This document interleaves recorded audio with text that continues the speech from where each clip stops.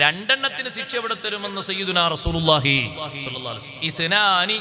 ഇസ്നാനി യുഅജ്ജിലുഹുമല്ലാഹു അൽ ഉഖൂബത ഫിദ്ദുനിയ.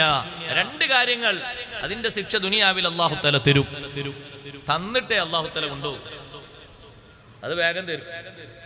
ആള് മരിക്കുന്നതിന് മുമ്പ് തന്നെ, മരിക്കുന്നതിന് മുമ്പ് ടൈം ഇട്ടില്ലെങ്കിൽ നാം മരിച്ചു കൊണ്ട കൊടുക്കും. അങ്ങനെയാണ്. രണ്ട് കാര്യങ്ങൾ, ഒന്ന് അൽ ബഗ്യു, അക്രമം, അരുത്. അതിന് ഫലം തന്നിട്ടേ കൊണ്ടുപോകും. അതെത്ര വലിയ ആളാണെങ്കിലും. ഒരുപാട് സ്വഹാബിമാരെയും താബീങ്ങളൊക്കെ കൊല്ലാകൊല നടത്തിയ ആളാണ് ഹജ്ജാജ് ബിൻ യൂസുഫ്. ഹജ്ജാജ് ബിൻ യൂസുഫ് നല്ല കാര്യങ്ങളും ചെയ്തിട്ടുണ്ട്.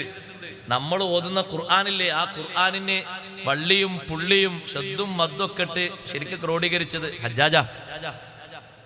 കഅബ പുനരുദ്ധാരണം ചെയ്ത 10 ആളുകളിൽ ഒരാൾ ഹജ്ജാജ് ബിൻ യൂസുഫാണ്. പക്ഷേ മരിക്കുന്ന നേരത്ത് ശരീരമാസകലം വേദനിച്ച് പൊളഞ്ഞു കളിച്ചു. ദിവസങ്ങളോളം വേദനിക്കുന്ന സമയത്ത് ഹജ്ജാജ് പറയുന്നുണ്ട്, എന്റെ മുന്നിൽ വന്നിട്ട് സഈദ് ബിൻ ജുബൈർ റളിയല്ലാഹു അൻഹു എന്നെ ഭീഷണിപ്പെടുത്തുന്നു, എന്നെ വാൺ ചെയ്യുന്നു, താക്കീത് ചെയ്യുന്നു. ഞാൻ ശിക്ഷിച്ച ഓരോ ശിക്ഷകൾക്കും പകരം ഞാൻ വേദനിക്കുന്നു. അബ്ദുല്ലാഹ് ബിൻ സുബൈർ റളിയല്ലാഹു അൻഹു കഴിമരത്തിലേറ്റി. ഒരുപാട് മഹാന്മാരായ സ്വഹാബിമാരെ കൽത്തുറങ്കിലടച്ചു.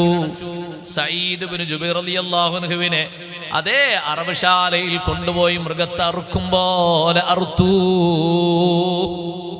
ജാജ് പൊളഞ്ഞിട്ട് പറയാൻ, ഞാൻ ചെയ്ത അക്രമങ്ങൾക്കൊക്കെ ഉള്ള ഫലം ഞാൻ ഇങ്ങനെ അനുഭവിക്കാണ്, വേദനിച്ചു കൊണ്ടുവയ്യ. അക്രമം ചെയ്യരുത് ഒരാളോട്. പണ്ടേ നമ്മൾ മദ്രസയിൽ നിന്ന് പഠിക്കുന്ന ഒരു ബെയ്ത്തുണ്ട്. ഇപ്പത്തെ മദ്രസയിൽ അതുണ്ടോ അറിയില്ല.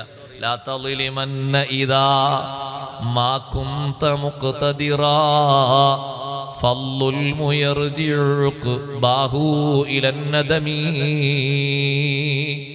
എത്ര കഴിവുള്ള ആളാണെങ്കിലും ലാ തളിലിമന്ന, ളുൽമ് ചെയ്യരുത്, അക്രമം ചെയ്യരുത്.